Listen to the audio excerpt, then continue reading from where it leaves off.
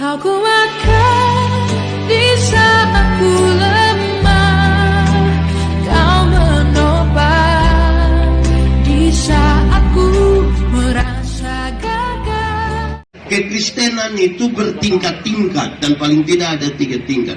Kita bisa ukur kita ada di kelas berapa, di tingkat berapa. 1. Kekristenan yang paling bawah itu adalah beragama tapi tidak beriman.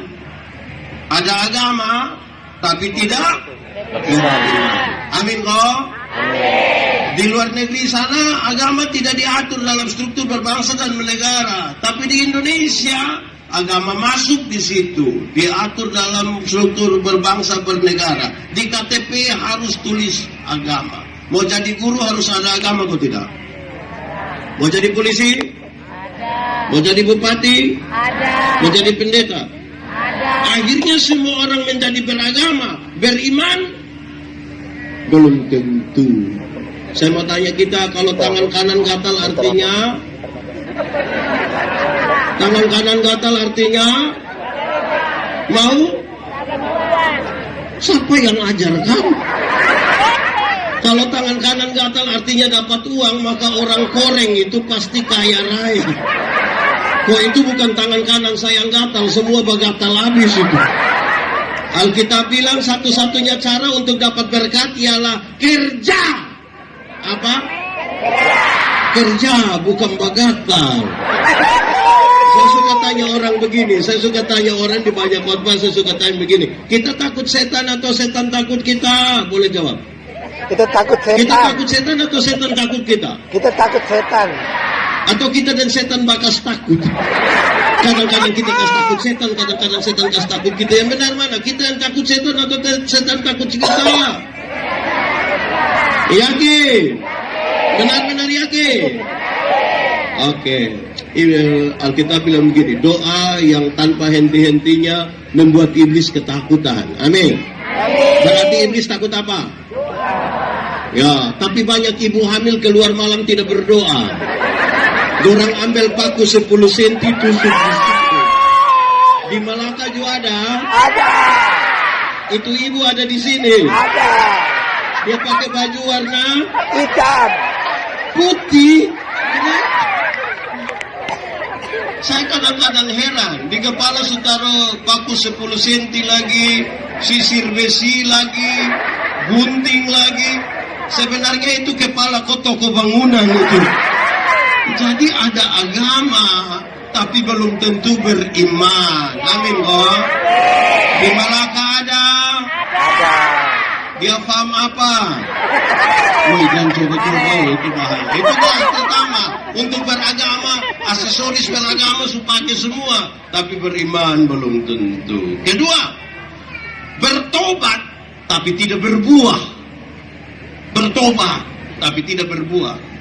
Orang bertobat itu baik atau tidak? Baik. Baik atau tidak? Baik. Baik. Tapi kalau tidak berbuah apa artinya? Saudara, orang kalau bertobat dan tidak berbuah, hidupnya hanya ditujukan ke masa lalu, bukan ke masa depan. Orang yang bertobat tapi tidak berbuah itu kalau ada kesaksian dia bangun dia bilang begini, waktu tahun 1970 pindah di satu kebaktian dia ulang waktu tahun 1970, pindah di satu tempat dia ulang lagi waktu tahun 1970. Satu saat dia baru bangun orang bakorek bilang 1970. Amin kok. Di Malaka ada. Ada. Yang 1970 ada. Ada. Dia laki-laki kok perempuan? Laki. Siapapun bapak soalnya kan. Kira-kira begitu. Tuhan bekerja di 2019 atau tidak? Tuhan bekerja di 2019 atau tidak? 2020? 2021? 2022? Nah kenapa omong 1970 terus? Ada. Oke, ketiga, ini kelas yang paling tinggi. Sebab kalau orang hanya bertobat, hanya tertuju pada masa lalu, dia suka hanya membangun cita-cita masa lalu. Cita-cita masa lalu itu sama ke bayi-bayi, opa-opa, sudah tua, kumpul cucu-cucu semua. Terus dia bilang begini, sebenarnya dulu bayi tentara. Kan dia hidup hanya untuk masalah. Oke, yang paling tinggi berbuah. Kalau mau hidup sepadan dengan kasih Kristus, yang paling tinggi dalam kekristenan itu adalah apa? Berbuah. Lebih kuat sama-sama, 1, 2, 3. Berbuah. Dalam hal inilah Bapakku dipermuliakan, yaitu jika kamu berbuah. Nah sekarang saya mau tanya kita saudara, berbuah bagi Tuhan gampang kok susah? Berbuah bagi Tuhan gampang kok susah? Susah kok gampang? Gampang kok susah? Susah kok gampang? Gampang! Kenapa berbuah bagi Tuhan itu gampang? Saya mau kasih saudara. Saudara tahu pohon mangga? Pernah lihat pohon mangga? Pernah lihat pohon mangga berbuah? Sekarang saya mau tanya, buah pohon mangga itu diperintah baru berbuah? Ada orang Malaka yang perintah mangga berbuah, terus dia berbuah? Ada begitu?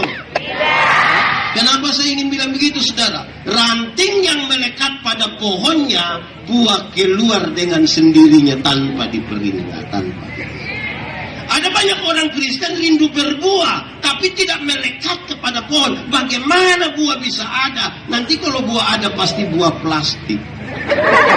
Pernah lihat pisang plastik? Jeruk plastik pernah lihat? Enak plastik. Sebenarnya anak-anak sekolah minggu sudah ajar kita dari dulu. Yang sekolah minggu angkat tangan. Yesus pokok dan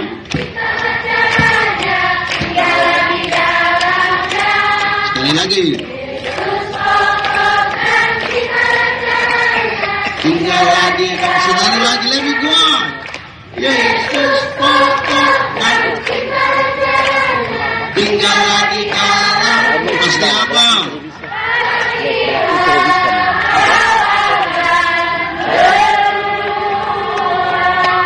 Saudara lihat, melekat kepada pohon berbuah. Saudara kalau baca Yohanes pasal 14, jangan berhenti di ayat 6, lanjut sampai ayat ke-12 dia bilang begini. Barang siapa percaya kepadaku, melakukan pekerjaan yang aku lakukan. Jadi siapa yang percaya pada Tuhan Yesus sepadan dengan kasih-Nya, melakukan yang Tuhan lakukan. Ini percaya Tuhan Yesus semua, percaya? Sudah melakukan yang Tuhan minta. Ngaku sepadan dari mana? Sekarang saya pakai contoh saja. Ada satu waktu Tuhan Yesus urus orang perempuan berzina yang kena tangkap. Supaya kalau pulang dari sini ada yang berzina, urus pakai cara Yesus. Orang-orang tangkap perempuan yang berzina itu mau datang kepada Yesus. Hukum setempat bilang begini, yang berzina itu harus dilempar dengan batu sampai Tuhan Yesus bilang kepada dia bilang begini, siapa atau kepada orang-orang yang banyak itu Tuhan Yesus bilang begini, siapa rasa diri tidak berdosa, silakan angkat batu lempar duluan. Ada yang berani lempar? Mereka pulang semua. Tuhan Yesus tanya, "Don di mana?" "Sepulang Bapa." "Hah, engkau pergilah dan jangan berbuat dosa lagi."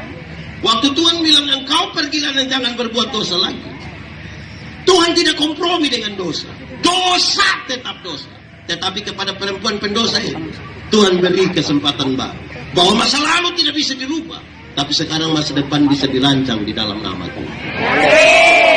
Suami, setepuk tangan. Tapi saya mau tanya dulu, suami-suami duluan. Suami-suami semua yang ada di sini, mulai dari yang pakai pakaian biasa sampai pakaian dinas, saya mau tanya, yang mengaku pengikut Yesus, satu saat ketahuan istrimu berzina dengan laki-laki lain, bisa urus pakai cara Yesus? Tidak bisa. Bilang kepada ibu, bilang, "Mama, pergilah dan jangan berbuat dosa lagi." Berani. Banyak bapak-bapak akan bilang, "Mama, pergilah dan jangan pulang lagi." Nah, tapi bilang mau sepadan dengan kasih Kristus. Di sini ada? Atau saya balik, ibu-ibu? Di sini tidak ada ibu-ibu. Saya kira ini nenek-nenek semua. Ibu-ibu, kalau satu saat ketahuan suamimu berselingkuh dengan teman di kantor, bisa urus pakai cara Yesus. Tidak. Bilang kepada suami, bilang begini, Papa, pergilah dan jangan berbuat dosa lagi. Pasti bab tua bilang puji Tuhan. Banyak ibu-ibu tidak buat begitu. Ketika ketahuan suaminya bersinah, kami ini pendeta urus banyak. Banyak ibu-ibu yang tidak bilang begitu. Dia berdiri di pintu baru dia bilang begini, lu kira lu sendiri yang bisa?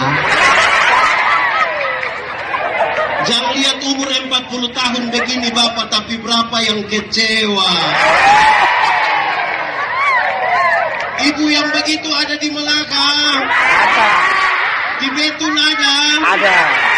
Dia ada ikut KKR. Ada. Sok tunjuk. Jadi mau sepadan dengan Tuhan itu ikut apa yang Tuhan lakukan. Amin kok. Oke, saudara-saudara, ada satu waktu ada murid-murid bertengkar, berkelahi baku rampas jabatan. Supaya kalau nanti di Betun ini di Melaka ada yang baku rampas jabatan, ya urus saja pakai cara Yesus, gitu ya. Murid-murid sementara bertengkar, siapakah yang terbesar di antara mereka? Tuhan tidak marah, jabatan itu kebutuhan. Tapi prosesnya menjadi penting. Tuhan Yesus ambil satu anak kecil, taruh di antara mereka. Terus Tuhan Yesus bilang begini, barang siapa yang mau menjadi terbesar di antara kamu, hendaklah dia menjadi yang terkecil. Selesai.